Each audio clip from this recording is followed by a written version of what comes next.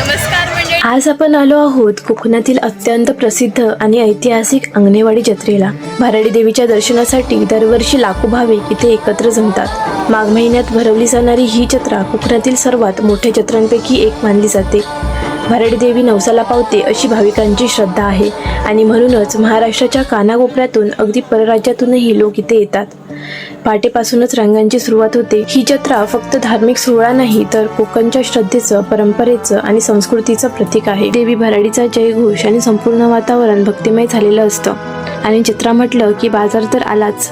रस्त्याच्या दोन्ही बाजूंना सजलेली दुकानं, बांगड्या, कुंकू, देवीचे फोटो, हार, फुले, लहान मुलांसाठी खेळणी, फुगे, खाद्यपदार्थांच्या दुकानांचा सुगंध तर सगळीकडे दरवळत असतो. आणि स्पेशल म्हणजे खाजं. ही जत्रा म्हणजे श्रद्धा आणि उत्सव, गावकुसाची एकजूट आणि वर्षातून एकदा सगळेजण भेटतात, देवीचा आशीर्वाद घेऊन परत जातात.